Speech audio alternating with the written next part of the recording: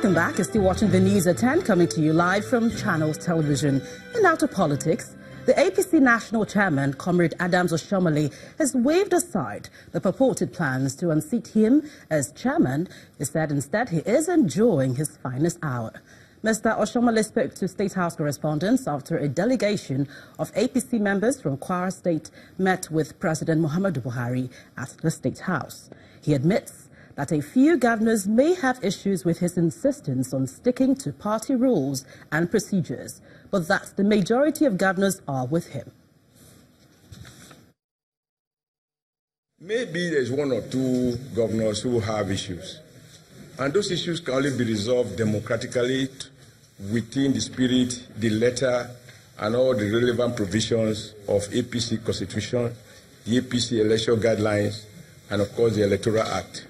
The Electoral Act is blind. It's completely blind, and our party rules too are completely blind to power. But it is sensitive to procedures. It is sensitive to processes. And the good news is that the overwhelming majority, we have about 23 governors. I think we are very much happy with. I don't have issues. Maybe one or two may have some situations that they would like to see differently. But that is the way the world is. Once you uphold the rule, it has its own consequences.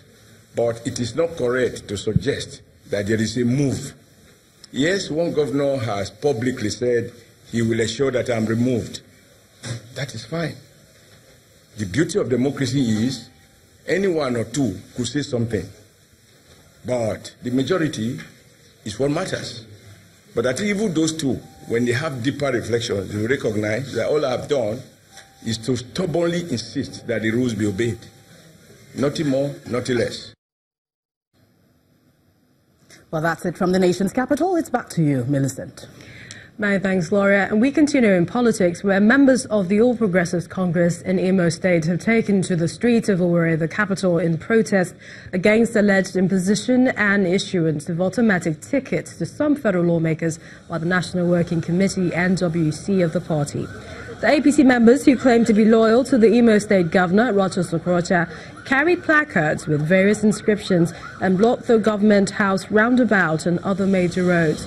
They urged the APC NWC to rescind its alleged imposition of candidates and plans on automatic tickets. They also urged the party's NWC to accept the report and result collated by the Ibrahim Ababiaka-led electoral committee during the rescheduled APC governorship primaries in the state on the 6th of October.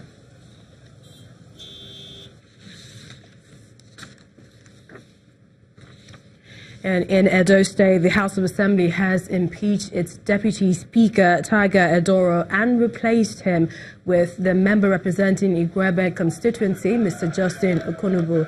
The impeachment followed a motion moved by Honorable Sabovo Oyoha, alleging financial misappropriation, anti-party activities, and corruption against the former Deputy Speaker. The impeachment process led to a rowdy session as the former Deputy Speaker and some of his loyalists tried to resist the action. More than 16 members came and say, because of his attitude, very, very unruly, tried to subvert the will of the people. Members respectfully came together and impeached him. And, of course, elected a new Deputy Speaker, a person of Right Honorable Justin Okonobo, who will continue to work for the people of Edo State. The interest of Edo deserve most to be protected than that of an individual. In this, they really show the number of people who want to sign. You can see, even Honorable Folio Gedegbe went to ask members, seat after seat, to see whether they signed my impeachment. They all said no, except 4 people. 4 people plus Okonobo cannot constitute an impeachment notice for the Deputy Speaker. Let's go over to some company news now, where Seahorse Lubricants Gear EP140 has won the award for the best manual transmission oil in Nigeria. The award was presented at the Oil and Gas Product Forum organized by the Institute of Oil and Gas Research and Hydrocarbon Studies to reward the best product in the industry. Seahorse Lubricants Industries Limited are manufacturers of lubricating oil for internal combustion engines and mechanical systems. bottom line is that we need to really look at and we work a lot with the issues. Major stakeholders in the oil and gas industry, group managing directors and chief executive officers gather at this forum organized by the Institute of Oil and Gas Research and Hydrocarbon Studies. The theme of the event focuses on product manufacturing in the oil and gas sector, the many challenges encountered, as well as charting a way forward, and the role of the private sector in the development of the industry. Private sector occupation of commerce and industry is the accepted structure. In accepting and appropriating the principle, we are likely to also gain the benefits of objective, dedicated and focused research aimed at distribution of the yields to the states and the federal government. The highlight of the event is the presentation of awards to the best oil and gas product in the country. Seahorse Lubricants Gear EP140 wins the Best Manual Transmission Oil Award. I just received a letter that my product won the Best Gear Oil of the Year. So I was somehow marveled.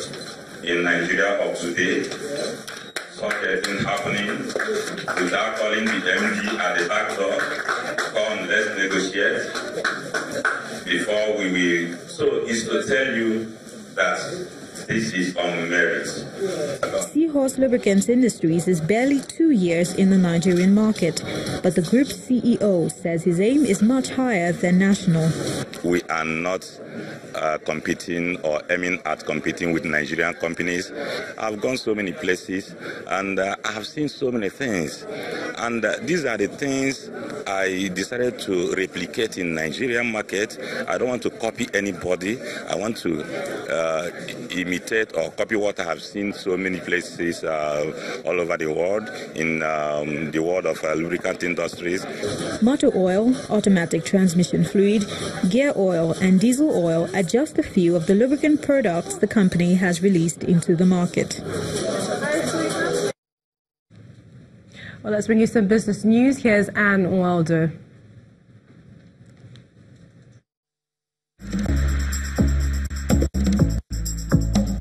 You first.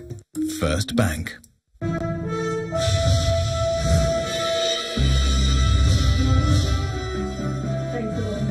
And welcome to Business News. Nigeria's commercial banks have remained resilient even in the face of the economic downturn. And that's according to the chairman of AfriInvest, Mr. Donald Lawson, who was speaking at a presentation of the 2017 Banking Sector Report in Abuja. He attributes the impressive performance of commercial banks to the tight monetary stance of the central bank.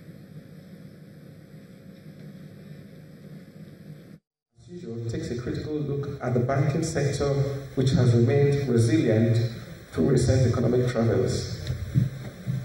The report also delves deeper into the challenges facing the Nigerian economy and prefers actionable solutions in 7 critical areas: oil and gas, power, transport and infrastructure, human capital development, trade and investment, agriculture, and security, where we believe effective reform can develop stronger and more inclusive growth for the economy.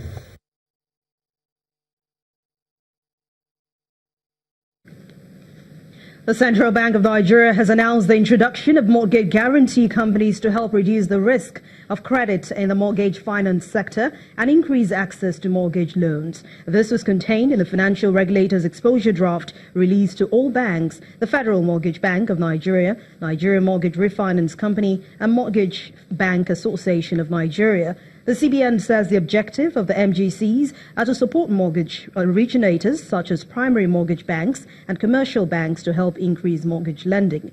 The new firms will operate with minimum capital base of 6 billion naira and provide full or partial guarantee for residential mortgage loans. It's a bright start for the trading week at the Nigerian Stock Exchange, with the all-share index inching up by 0.37%, and that's in spite of massive load shed in the industrial goods sector. Let's join Teniola Shibawali for the details.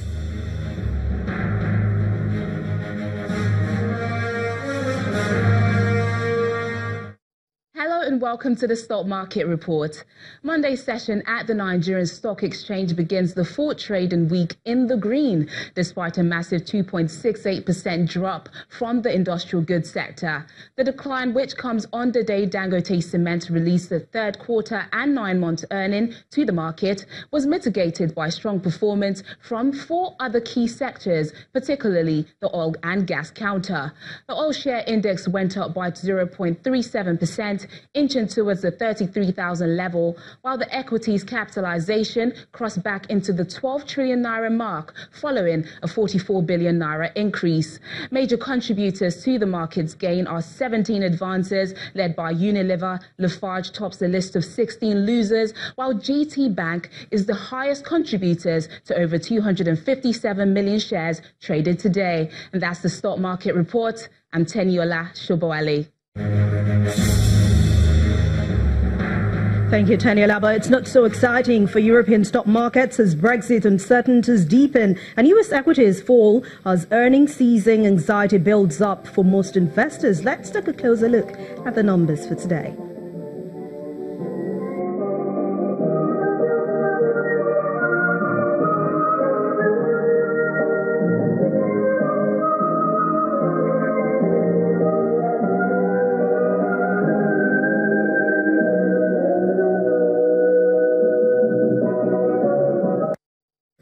That's business news at 10 for tonight. Thank you so much for watching. I'm Anne Nwaudu. It's back to you, Millicent.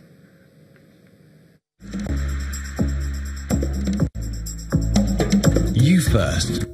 First Bank. Thank you, Anne. Still ahead on the news at 10, Manchester United manager Jose Mourinho dismisses reports linking him with the return to Real Madrid. That's in sports news. Please stay with us.